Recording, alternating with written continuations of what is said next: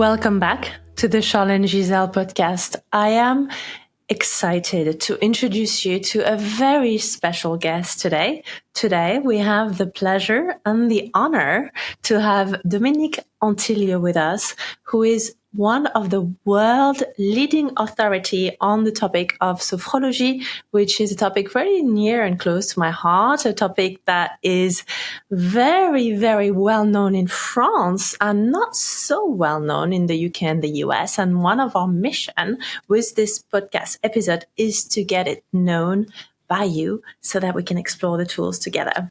Dominique, welcome to the show. Hello, Charlene. Thank you for having me. I'm super happy to see you again and be here today.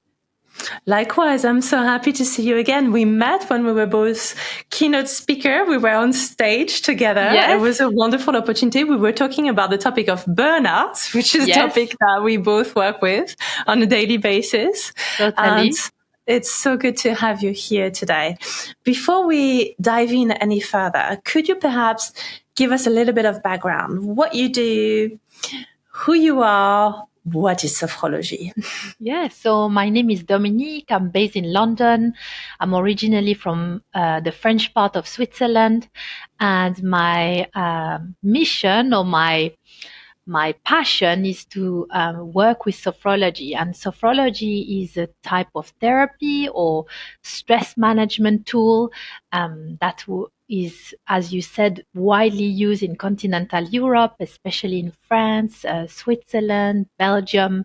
And it's a type of meditation practice in a way, but it involves movement, relaxation, breathing, and visualization. So it combines those four modalities to help people become more aware of themselves and deal with the challenge that can be around anxiety or sleep problems or preparing to perform at a conference or sports activity, or also perhaps when you're a student or you're looking to calm your nerves before exams.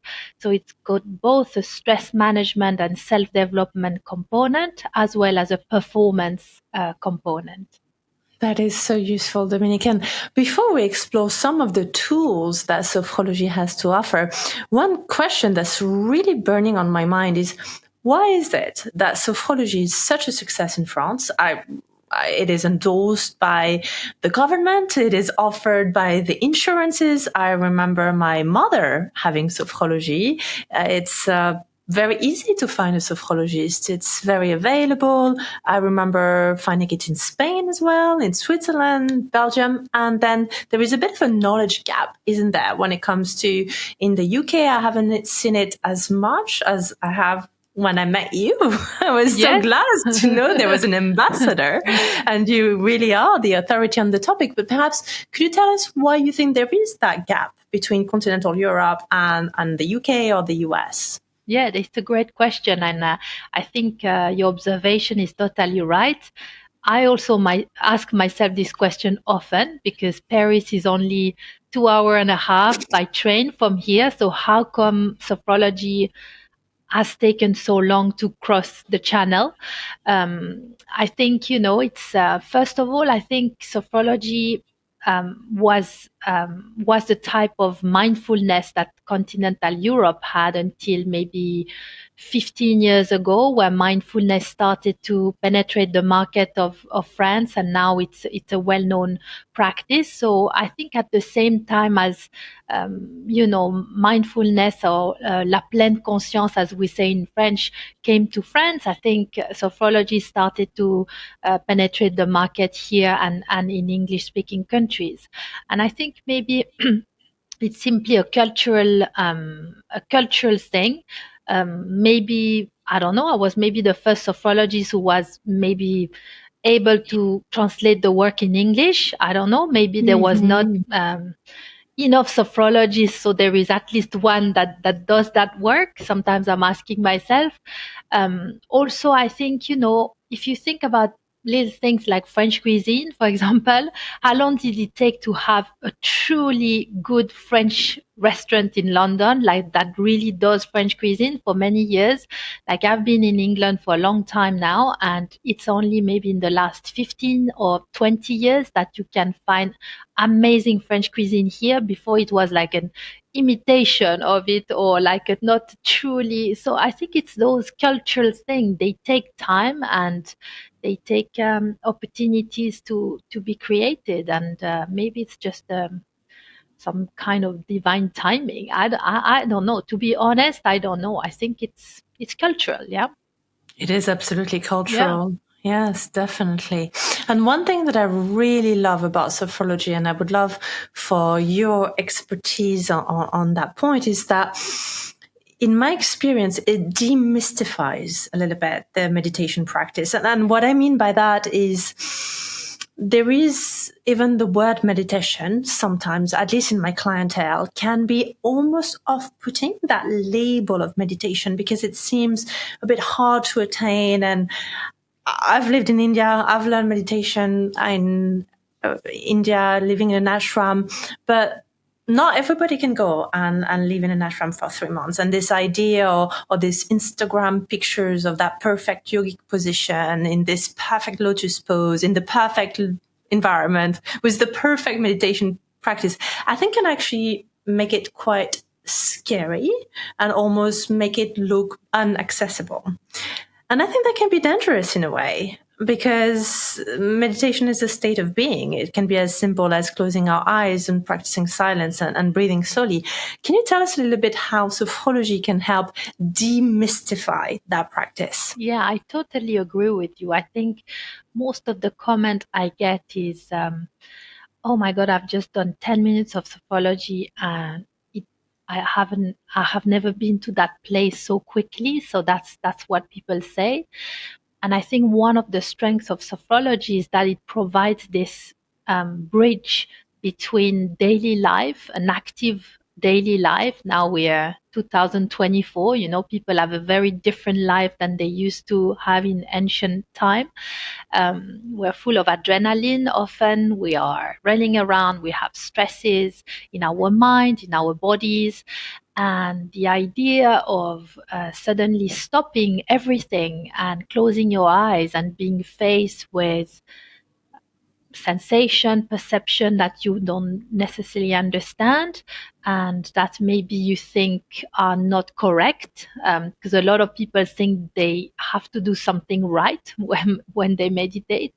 And I always stress, whilst we practice sophrology, like there's nothing to succeed at. And I would say that sophrology provide that bridge through body awareness mainly.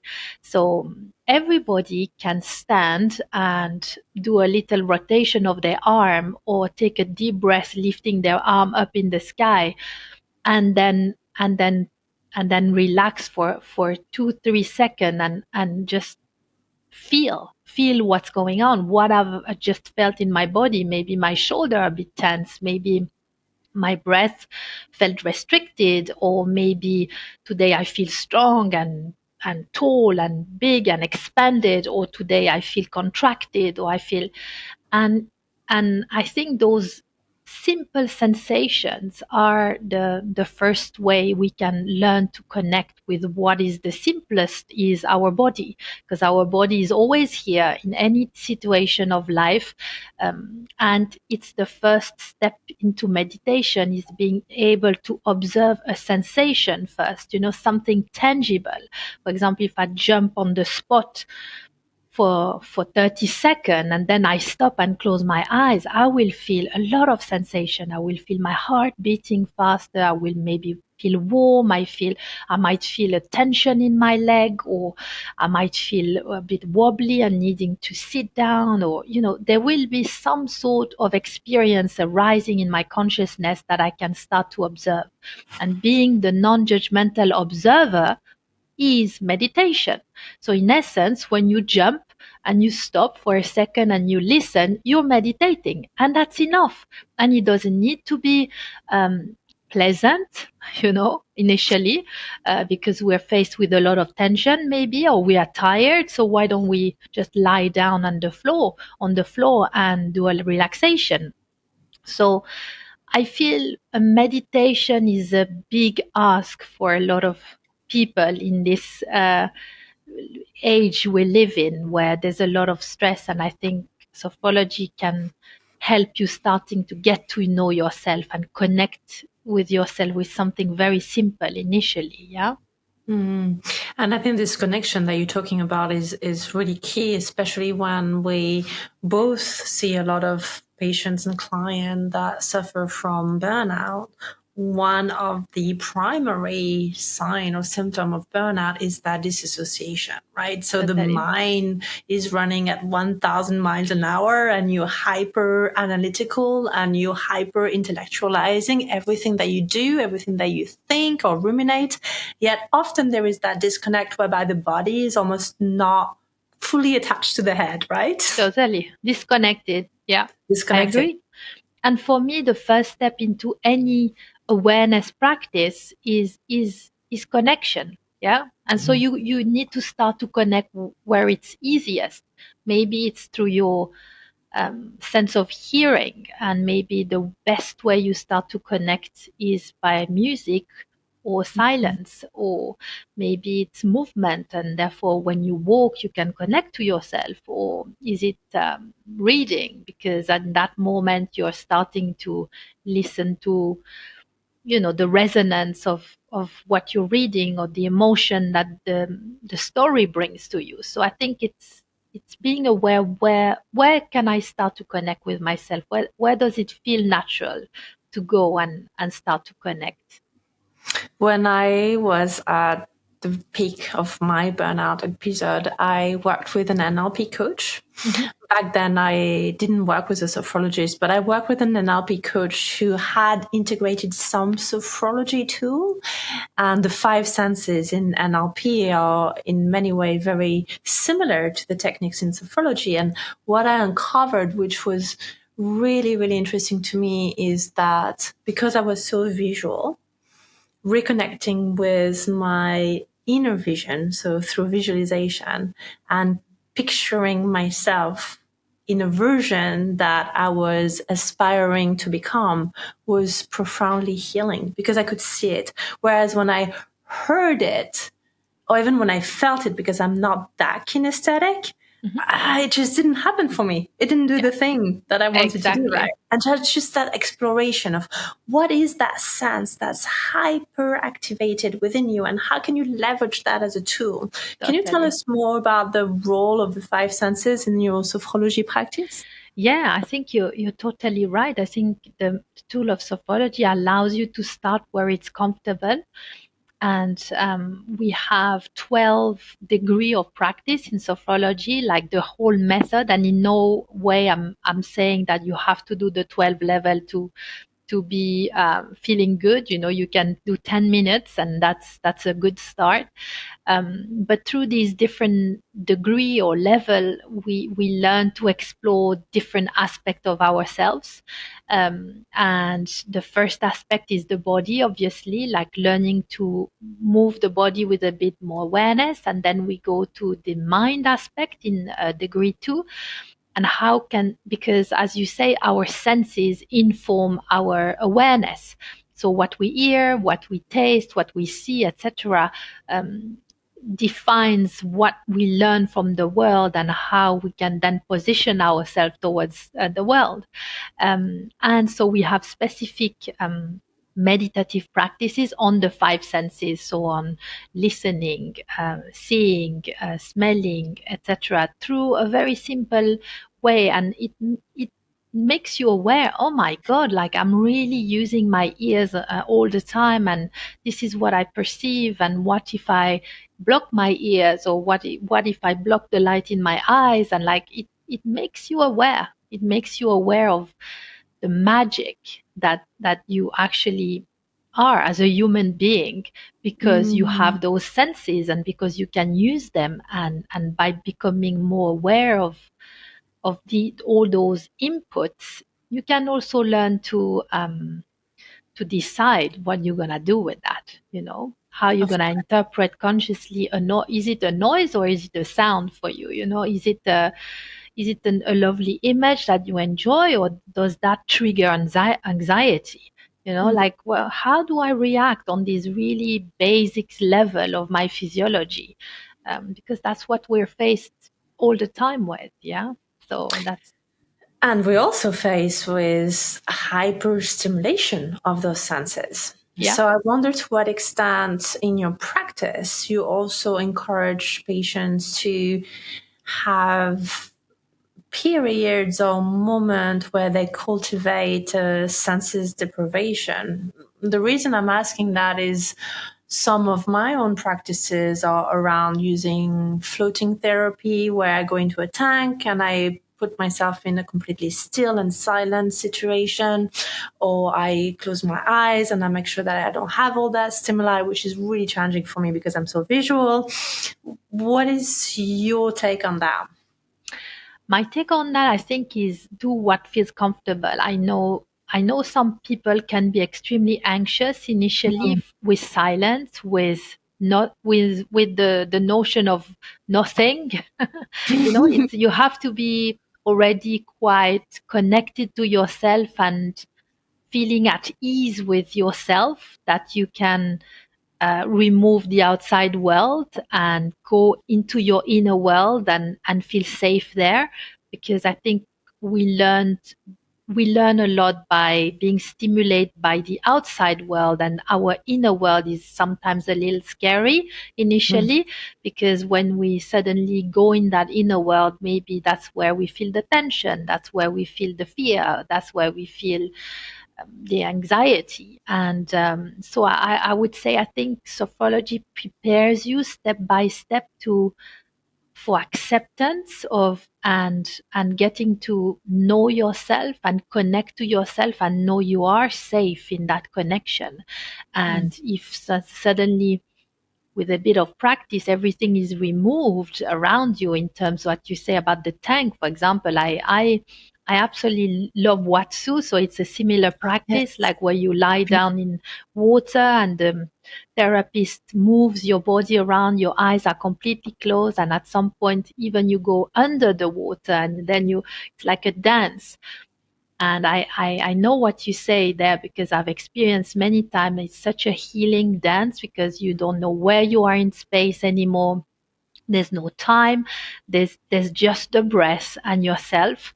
And it's the ultimate letting go. I've never experienced such an amazing letting go. But I think for some people it can be scary initially, and I think you have to start where it's possible, and maybe it's just sitting down at your desk and closing your eyes for 3 minutes, and just feeling, can I feel safe for 2 minutes like this? Can I feel I'm allowed to do this?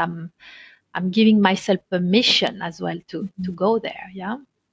I think it's such an important tool, especially when talking about well-being, but also creativity. I have a lot of very senior leaders that come to me and say, I'm not feeling quite as creative as I used to be, right?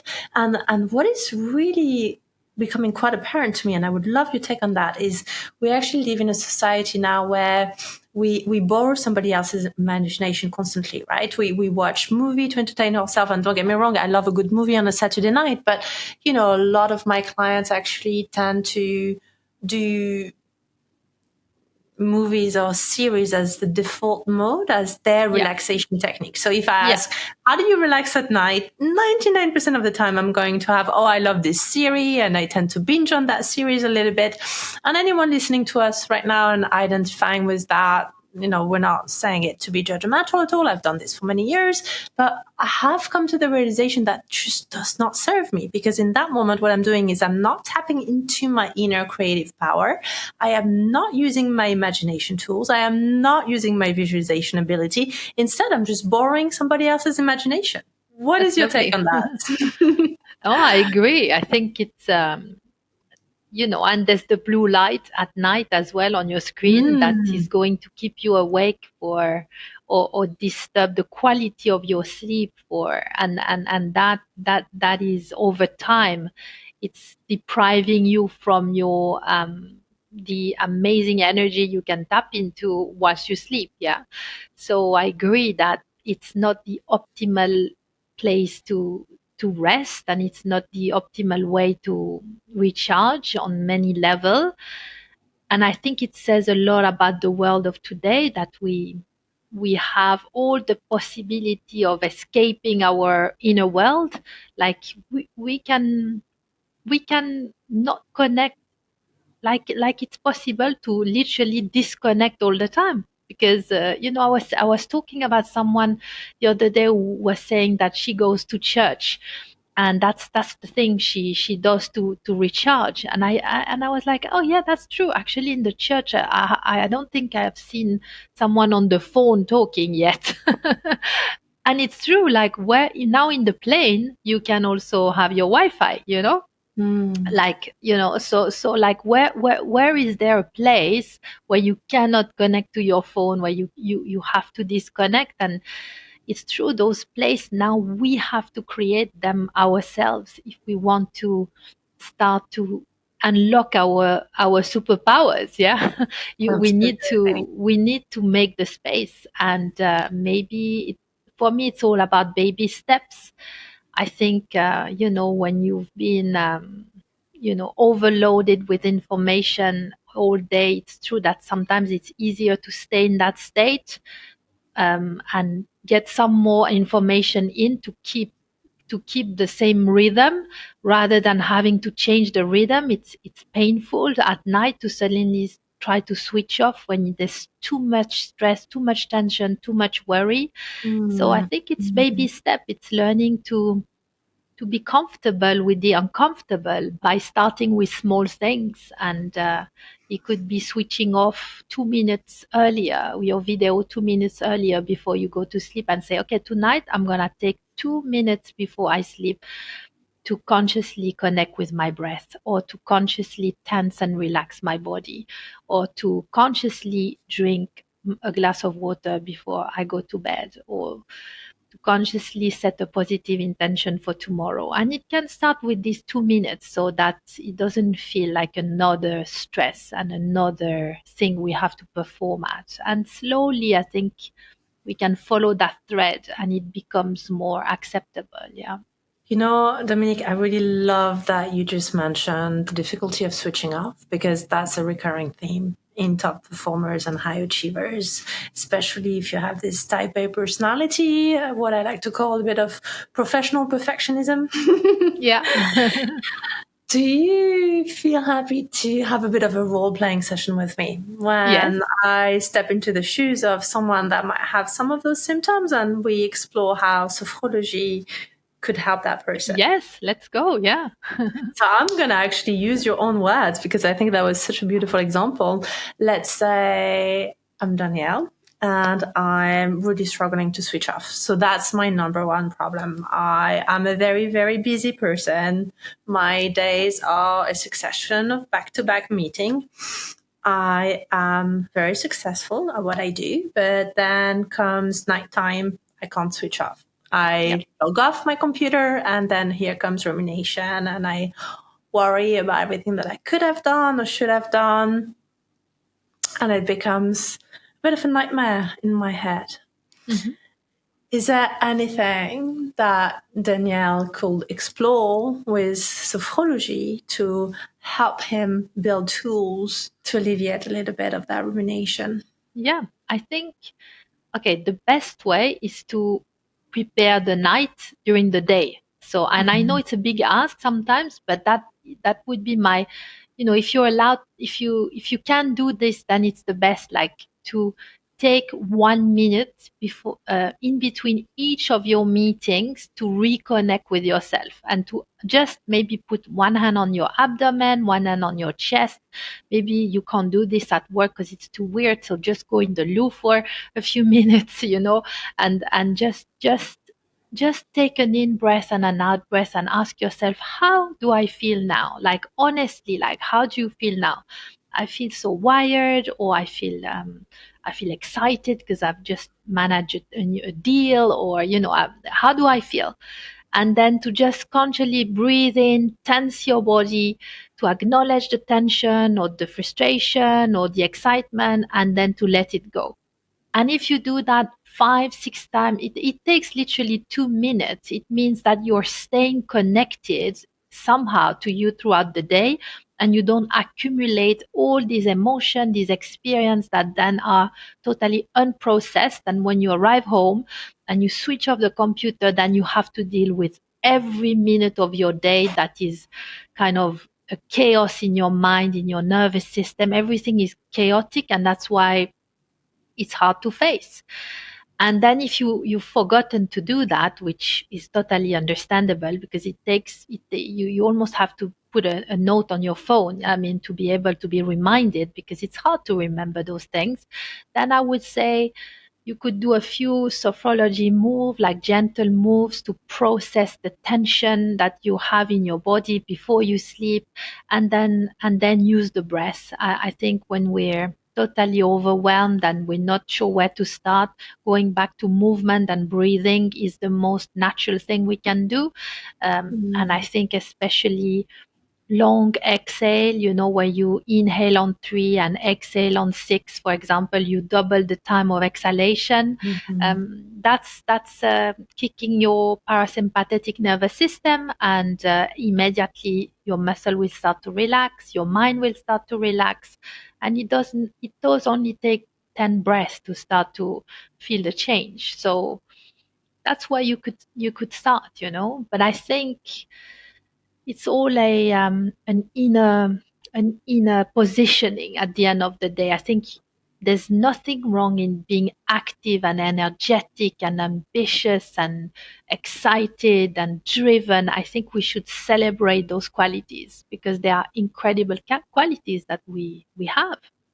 And the success and being at ease with what you are and what you do, it's what a gift, what a gift to have found that when you have found it. But I think it's a balance, and I think it's knowing that your biggest asset, and that's life is a marathon and not a sprint, and that if you want to last, then you have to take yourself into account and not lose the connection, because you will be just better at what you do.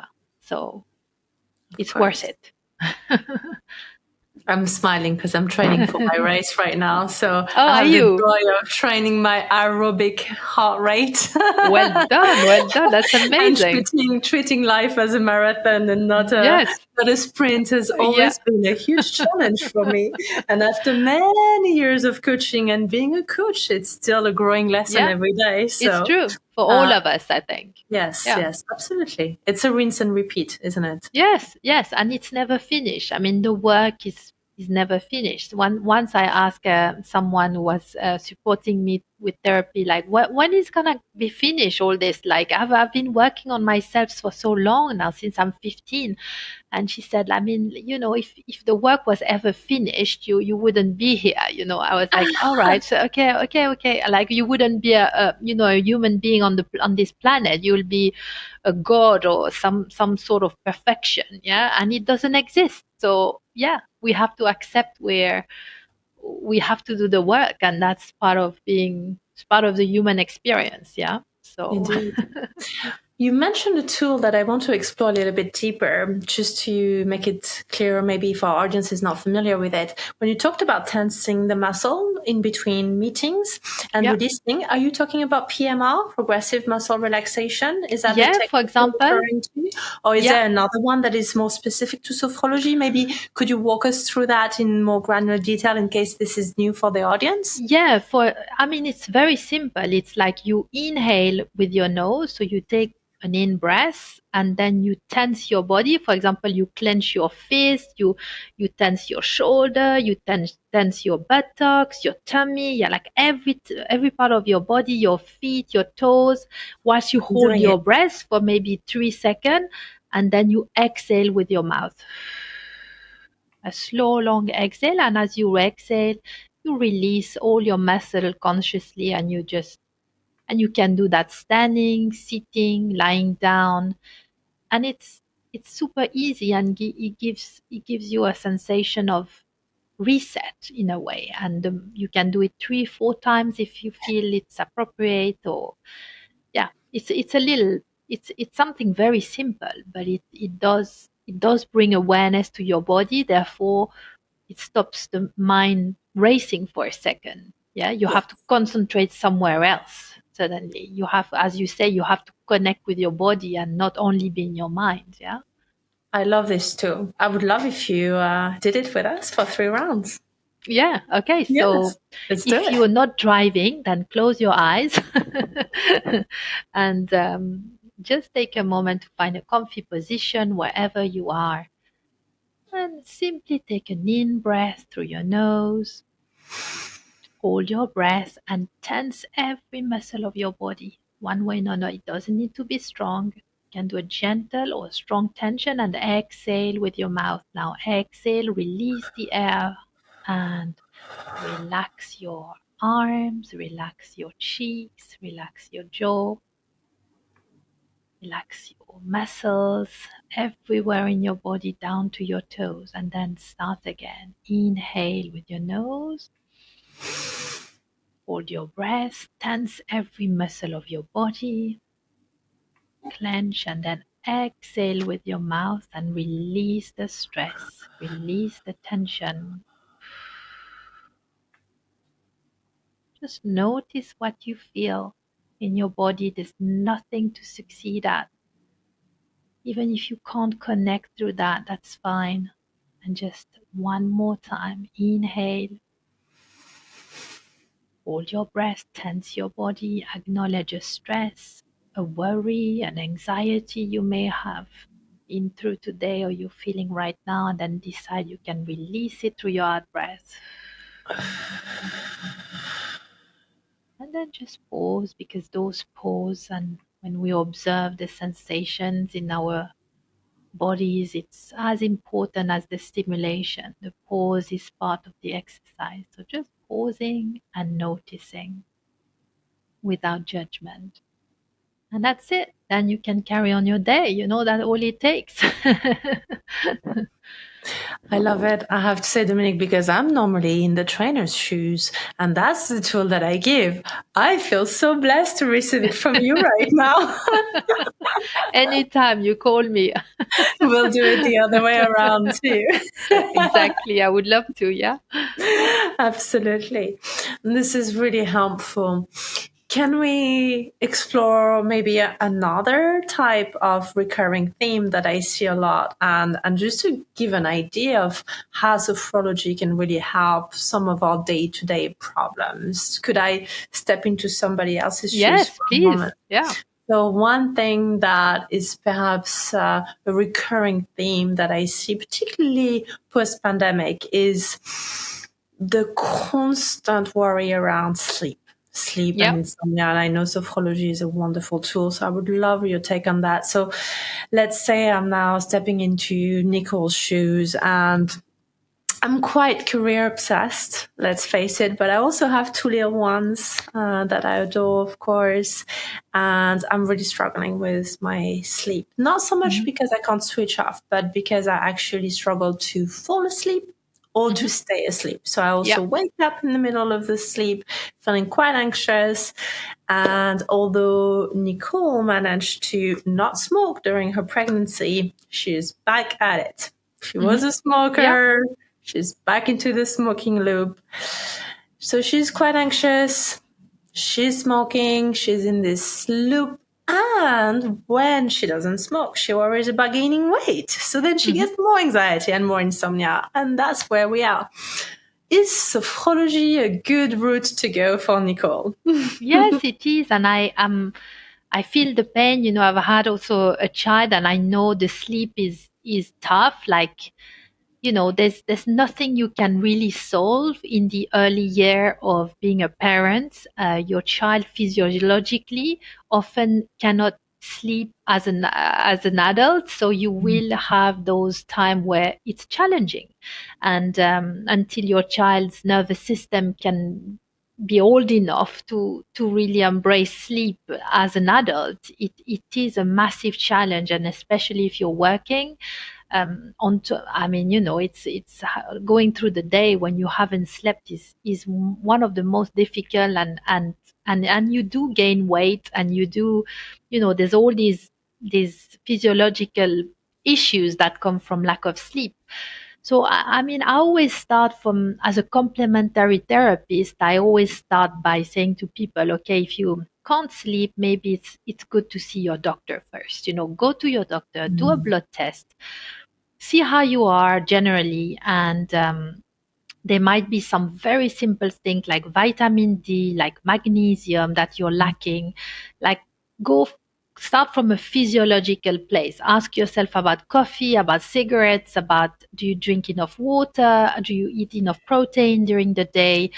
Like, and don't try to change everything. Like, supplement is quite easy to take. So don't, if your doctor or your nutritionist advise, then go for it, and then start with baby step. If you're smoking, I mean, this is you at that point in time. So don't try to quit everything in one go. Just stay where you are, build up your energy with sophrology, or with whatever you find is easiest for you, and then from that start to make the change. Because you can't change everything in one day, and sometimes it starts with acceptance that I'm a young mother, that life is difficult at the moment, and that maybe I will still have some nights that are difficult. So what do? I adapt my days. Yeah, I try to alleviate my day. How can I find help to look after my child when I'm exhausted? How can I diminish my amount of work, or be a bit less perfectionist, so I just let go an hour earlier? Like where is that gap that I can work with, that is easy to implement? And then with Sophrology itself, I think it's really about, I think, those micro moments of rest during the day. Again, you prepare your night during the day. So I would encourage exhausted working mothers to perhaps lie down. Like, for sometimes I used to lie down in my office here because I was so tired, for like 5 6 minutes before meeting. I was just lying down on the floor of my office and doing a relaxation exercise, just to give a break to my nervous system. And it's amazing what you can do in 6 minutes of relaxing your muscle, breathing, not having a screen, just resting, and to get a bit more energy to carry on. And then we have a protocol in Sophrology that's usually done in 5 sessions, where you learn to relax your body, to use your breath, to be able to go back to sleep when you wake up. And then we work with visualization to learn to believe that you can sleep again. Because a lot of people who've been struggling with sleep for some time, they've lost the confidence in sleeping. So they think, oh my God, I'm not going to make it. It's like every night, it's like a negative pattern they're in because they've suffered. Yeah. So it's almost like trauma. So you have to use visualization and body awareness in order to teach your body that you're safe into the sleep, and that you can see yourself as a good sleeper, and start to believe again, and creates a sense of hope and control. Um, and these are, it's techniques. It's 10 minutes a day of repeating exercises on an audio. It's nothing. It's just time and repetition. So you're not gonna change your sleep overnight. It's impossible. You just have to accept that for a little while it's gonna be tough, but you can start your 10-minute practice a day, and within a few weeks, normally you should really get to a much better place, where, when you can also feel what keeps me up at night. What are the things that really keeps me up? Am I worried? Am I, is it biological because I smoke and I drink too much coffee? Therefore, what is it that I feel um, keeps me up at night? Yeah. And I think only the person can realize that. And the realization comes through awareness of your body, of your mind, of what you feel. And it's powerful when you find it. Then it's easy to undo. Yeah, because you feel it. I love the fact that you spoke about awareness and acceptance, because those are just so easy to bypass. right? Yeah. In our day to day, we Yeah. don't really live in a society that cultivate giving us the time and space to be aware and to accept. Yeah. Exactly. And acceptance, I think for me is most of the self development work. We have to accept ourselves, our vulnerability, our like once we can accept that and acknowledge it, it's a big part of the work that's done already. Yeah. Because then there's only if you accept it, then that means you can change it. Yeah. So it's a big part of, but it's not easy. I mean, don't get me wrong. I'm not saying it's easy, but it's necessary. Yeah. It is. Do you do work around languages as well? Because one thing that I do with my clients using NLP when they struggle with sleep is to also really work on the internal dialogue that they've developed with Mm-hmm. themselves. So typically, I find that people that suffer from insomnia, and I suffered from insomnia for Mm-hmm. many, many years. So it's a topic I'm really quite passionate about. One thing that I used to say to myself, and one thing that I see my clients say to themselves when they suffer from insomnia is, I can't sleep. I Yeah. know myself.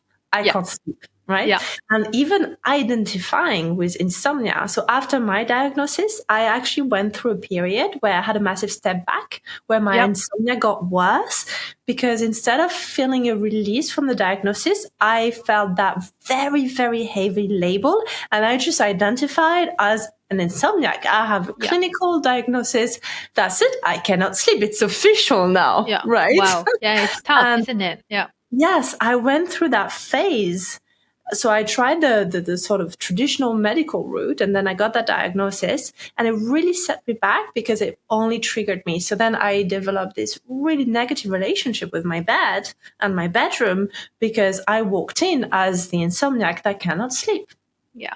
Yeah. It adds to the suffering, basically. Yeah. So much, really does. And I had to really reverse engineer that. And one of the coaches that I worked with helped me through visualization to actually picture myself sleeping, right? So Yeah. I would Yeah. close my eyes, and instead of getting aggravated that I'm not yet falling asleep, she would teach me sentences like, I am not asleep yet, Mm-hmm. Mm-hmm. but I will soon. Mm-hmm. And I will see myself the way I want to sleep. Even if I'm Totally. not there yet, I'm imagining myself. And that was so nice. It Yeah. was really Yeah. nice. Yes. It's empowering. Yeah. Right? No, it's Well, it's really like sophrology, it's that's what we use. Like your brain doesn't know what is real and what is something you're creating with your mind's eyes when you visualize. So if you visualize yourself having a good night's sleep, and that you feel comfortable. And as you do that, you feel your body is relaxed because you practice a few exercises that makes your body relax, and then you are able to visualize because you've been shown how to get there. That's what your brain will register. It will know that you can sleep because it can't say if it's real or if it's something. Like it's like when you're watching TV, your body thinks this is real. Like the stress you have from the story on the screen is happening in your body, and that's why you're not recharging. It's like because it's stressful to see all this violence and these things. Even if your mind manages it, your heart rate will change. Your So you go through the experience, and if you go through positive experience long enough, you are rewiring your brain. Like it's been proven that 10 minutes of meditative practices over 8 weeks makes a physiological change, an anatomical change in your brain. You are creating new connection inside your brain. So from that standpoint, like everything is possible then, because that means if you're patient and if you have a little bit of discipline, then you can rewire your brain to anything positive. Yeah. And because and the narrative around I'm not a good sleeper, I'm an insomniac will naturally change because it's not even an effort to think differently. it, I presume for you it came naturally after a while that you felt you no longer have this narrative of I'm an insomniac because you did the practice within you at a very deep level that's much beyond the mind. It's not saying, oh, I'm no longer an insomniac now. It's much deeper than that. You do it in a relaxed state. You're talking to your physiology, you're connecting your body and your mind, and that's where the power lies. That's where the change can take place. Yeah. Mm. It makes a difference when you have the combination of this awareness and this acceptance. Those are Yeah. really keys. To what extent do you think accessing awareness and acceptance through sophrology and mindfulness and mindful movement can also help when people struggle with soothing anxiety with external things, such as I'm thinking immediately of food and cigarettes. They're very Hmm. common. I see them a Hmm. lot in my practice, and I Hmm. would say they're very common things to soothe anxieties with. So, Hmm. I feel stressed, I reach out for a muffin. I feel anxious, I reach out for vaping. Now is the new smoking. Yeah. So, uh, and I see people that didn't used to be smokers now start vaping, Yeah. which is a whole other topic. I see it in my clients as well very frequently. To what extent do you think sophrology and this integration of this mindfulness and conscious living can also help to change those habits? Yeah, I think it's only a matter of time and a matter of practice. I think if you decide you want to do it, you can do it, and the technique will help you achieve that. We help we help smoker, we help addictions, we part of sleep clinic in continental Europe. There's program for alcoholism. Like there's a lot that can be done with sophrology, and I think when you're ready to do it, like you will find the people that will help you do it. And I think it's we're very emotional being. We are human beings on a journey, and honestly, reaching to alcohol and addiction is the best way this person has found to survive in this moment in time. And of course, it's destructive, but it's better than death. And I think that's where people are. The choice is either I die or I'm just going to have a drink because that's just going to soothe me for the next half an hour, because otherwise the pain is so painful that I might as well die. So I think when you're in that place, then again, it's acceptance of those moments where we're not in control of life anymore. And I think it does take care, and it does take self love to say, okay, I'm going to try to deal with this now. I'm gonna deal with it. I'm gonna ask for help, and I'm going to see what are the techniques out there that can help me, and I'm gonna go back to my doctor, and then look for alternative helps as well. And yeah, I mean, of course it's possible to help with that when the person is ready. Yeah. How common is it in your practice to see people struggle with alcohol, for example, the Yeah, consumption? I mean, I'm Swiss and I live in the UK. The culture of alcohol here is, I mean, it's huge. It's huge. You've seen it as well, Charlene. You're French. I presume you're French, yeah. I So am so French. yeah, I went to Cambridge University. I have seen the British culture of drinking. I was yeah. quite shocked, I must admit, I when I know, I first know, and arrived in and England. It was exactly. And I think France is recognized for these amazing wines and culture around food.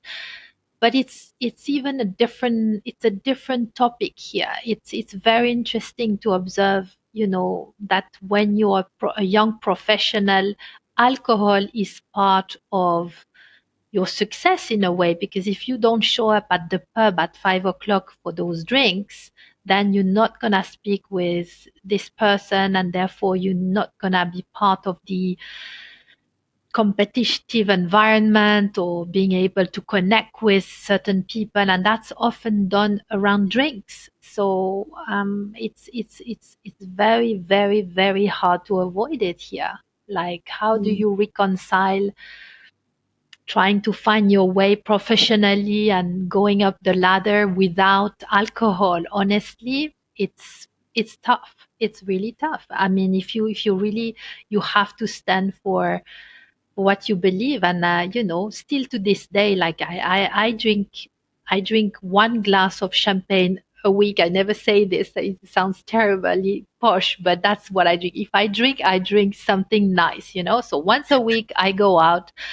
And It I sounds really terribly French, Dominique. You're in good yeah. hands here. I absolutely endorse. And And I enjoy it, and I truly enjoy that moment. But more than that, I'm lucky that I've never been in an environment where I was encouraged to drink, and I've kept that, and thanks God. And that's just, I'm lucky. And but to some people, like I'm a weirdo, and I know that, and I don't care. Like, you have no idea how I don't care. It makes me laugh. But I think for some people, they're like, oh, so you don't drink, so what? So I go out with people who sometimes drink a lot. I tell you, it's actually very funny. And I do manage to connect until a certain point with them, even if they're a bit drunk. And I don't mind. I laugh with them, and honestly, it makes me laugh, and I like the joy of the moment. But comes a time where I can no longer be on the same connection at a point in the evening, and then I just go home, and it's fine, and I don't resent, or I don't think it's a problem. Everybody is free to do what they do, and some friends, they're more like me, and some friends, they drink more, and honestly, everybody is free to do what they do. And for me, it doesn't work to drink, because if I drink, I feel terrible, and I get my shot of ecstasy from sophrology. I can go so far with sophrology inside myself. I found that world that I value inside myself, that is so precious, that I don't need to go there. But I do understand it's part of life, and it's part of how you have to try to find your path through that. And it's not easy in a culture where alcohol is everywhere. absolutely. Yeah. And what is your sophrology routine? What are your non-negotiable in terms of, let's pick your best day, a day where you really do it by the book, but let's also maybe look at your worst day. So a Yeah. day where, your son is needing all your attention, or your husband, or your clients, or your patients, and you're really, really short with time, or you have a transatlantic flight. So I would love to have a little look at your best day and at your Yeah. worst day. Is that okay? Yeah, of course. I think because I've started Sophrology at 15-year-old for my own personal health, basically I've been practicing it so intensively from 15-year-old until I would say 32 or 33. So I'm in my 40s now, and I think I've integrated the philosophy and the practice, and it's completely transformed me. So I think my way of life today is very different than it would have been if I didn't practice sophrology. So I do it's a lifestyle I have. So therefore I don't need to go by the book every day and say I'm gonna wake up at this time, do my sophrology at this time, because I might practice so I love practicing sophrology on a walk, for example. So I try to walk every day, and at some point in the walk, I will stop and I will do 10 minutes of sophrology in nature. And that I find extremely recharging. It's a time where I'm on my own. I love walking on my own, and it's like a meditation for me to walk. And if I can go a step deeper, then I can close my eyes and use sophrology practices. And then I tend to use sophrology for specific challenges. Like, for example, if I have a speaking engagement or a larger crowd to talk to, and I feel a little nervous about it, I will use sophrology to prepare to the day. So maybe 10 days before, I will start and do a simple practice of visualization to prepare for that. And some days I don't practice sophrology. Like, let's be honest, and it's not a problem, because some days I'm busy with other things, and but I'm trying to stay connected with myself throughout everything I do. And sometimes it's just the realization that I feel stress, or that I struggle with an emotion, or that I feel angry, or that I need a break. So sometimes that's the way I practice sophrology, like just saying, oh my God, I'm so angry about this. Like, and I need to deal with that now, because otherwise, so I do attention relax, and I stay with this anger for a little moment until things, you know, feel nicer, and then I can carry on. So I think it's looking after myself. Yeah, it's has become my best friend in a way. So I just look after myself throughout the day, and trying to, catch up with myself as much Mhm. as I can. What is So the biggest challenge that sophrology has helped you overcome?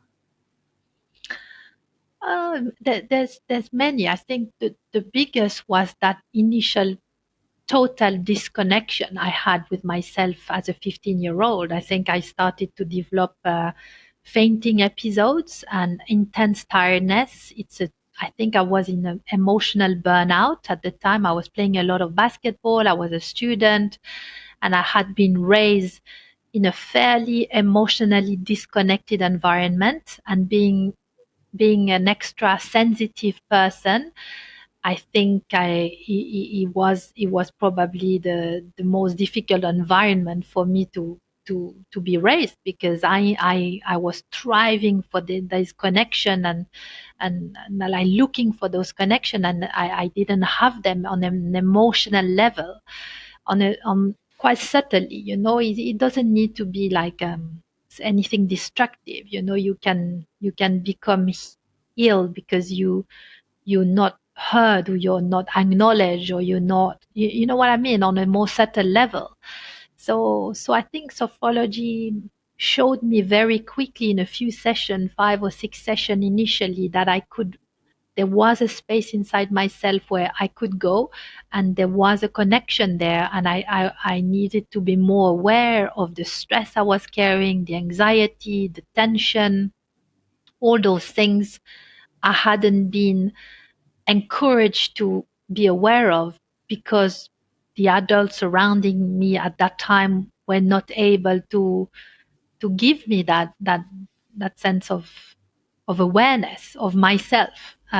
So yeah, so I think the way you parent has a massive impact on that connection. You're gonna disconnect your child with themselves or connect them, and I think that's the story of my life. That's the story, that's the founding story, and that's why I'm so passionate about this, because I feel that connection is everything. If you don't have that connection, then what do you have? Yeah.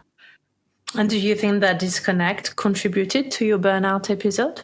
Totally. I think it's the reason, because if you're disconnected, then you're driven by the outside world, and you're responding to the outside world without awareness. So therefore you can only be burnt out, because if your teacher said you should do this and you do it, if your parents say you should behave like this and you do it, and you think what they feel is what you feel, and then it all becomes so blurred and so without boundaries and without direction, that you can only burn out, because you're not yourself, you're not the person you should be, you're not connected with your desire, your pains, your strengths, your so if you're disconnected, then you're not there, right?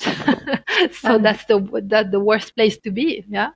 do you think that great definition of burnout apply to a more professional context? So if we were to look at an adult professional, a very successful high performer who is experiencing burnout, what is your take on what burnout is and how can we help Yeah. the person recover? Yeah, I do think it applies to any environment. When you have a certain culture in your company, or a certain a high demand job in terms of the workload you need to do, and that you're trying your best to conform to all these things without questioning if they're suitable for your energy level, if the hours are possible physiologically for you to sustain, if the tension you feel between people at work, do these people respect you? Is it suitable for you? And if you never question all those things, and you're just being a good soldier and trying to get the mission done, then and the environment is not suitable for you, then you are going to burn out if you don't realize. And then you can actually thrive in an environment that's quite difficult for you if you have the awareness. Yeah. And you can decide, okay, I'm like, when I was at school at 15, I didn't like school, but at 15 I had to go to school. So my sophrologist said, okay, now you know that you don't like that school. Now you know you're struggling with this or this teacher. What are we going to do about it?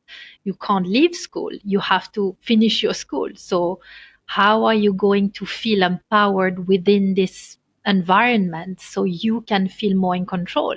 And I think that's the work we did, and setting yourself small challenges, and learning to cope with the uncomfortable. Yeah. And then thanks God school stopped, and I was able to study something that I really chose and that I felt at ease with, and then I was thriving. Yeah. So but it's a good learning to learn to cope with the uncomfortable. Yeah. It is. And I love the fact that you said something you felt at ease with. In my experience, and I would love your take on that, seeking the feeling of being at ease with something, including ourselves. Yes. It's not something that we really seek all that often, is it? Yeah. You can forget that you have the right to find this in your life. Yeah. Yeah. Like you can forget because you can be on automatic pilot, and we taught from a young age to perform and to do things that perhaps we don't want to do, and we have to do them, and structuring it structures us, which is positive. But if it goes too far, then it's killing the connection. Yeah. So But you need. feeling at ease doesn't seem to sit in very comfortably with the ambitious mind. Or does it? Can it be compatible? Can you be at I ease think. and ambitious? Oh yeah, I think so. I think so. I am super ambitious, and I feel happy about being ambitious because I know where we need to stop so it doesn't take over. Like I'm in control of what I want to be ambitious about. And if it's ambitious about the right thing for you, and they are in line with your values and your, the excitement you have to contribute, or I don't know what excites you. Like you have to find what excites you and what you're enjoying, and then ambition is just a force that of expansion. Yeah. And and it doesn't need to be a negative thing. Yeah. I love this. I'm going to repeat it because I wrote it down and I think everybody should write it down. I am in control about what I am ambitious about. It's a great quote, Dominique. Thank you.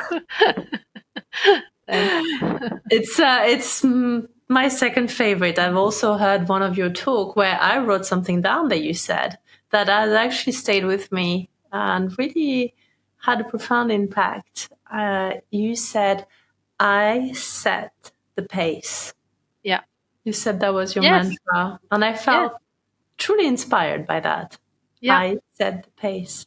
Yeah, that's what I had to learn, as a 15-year-old, being completely overwhelmed by everything. Like, made me realize, oh, right, okay, I can decide. There's some level of decision I can take even if I'm a school student. So if you can do it as a school student, then I think you can do it as a lawyer. You can do it as a mom, it does take a little bit of work and self-reflection of what is important. Yeah. Absolutely. Dominic, I'm really, really grateful for this conversation. Me too. I Thank you. really love your calming energy and all these beautiful insights. And I just want to take a moment to thank you for sharing all those tools with us today. Thank you. Thank you for having me. And it was a pleasure to exchange with you. Thank you. Before we go, I would really love to point our audience to the direction of your book that I've really enjoyed. I was so grateful that you gifted it to me, and I've thoroughly enjoyed reading it. So I just want to mention it, The Life-Changing Power of Sophrology. Can you tell us a little bit more about it and where our audience can find it? Yeah, I mean, it's on Amazon, so you can order there, or you can find it on our website. It's besophro.com, be-sophro, sophro.com. Thank you. Thank you for spending your time with me today and listening to this episode. Remember to subscribe so that you can receive weekly updates. And if today's message resonated with you, please remember to share it with a friend, a colleague, or a loved one who could really benefit from this episode.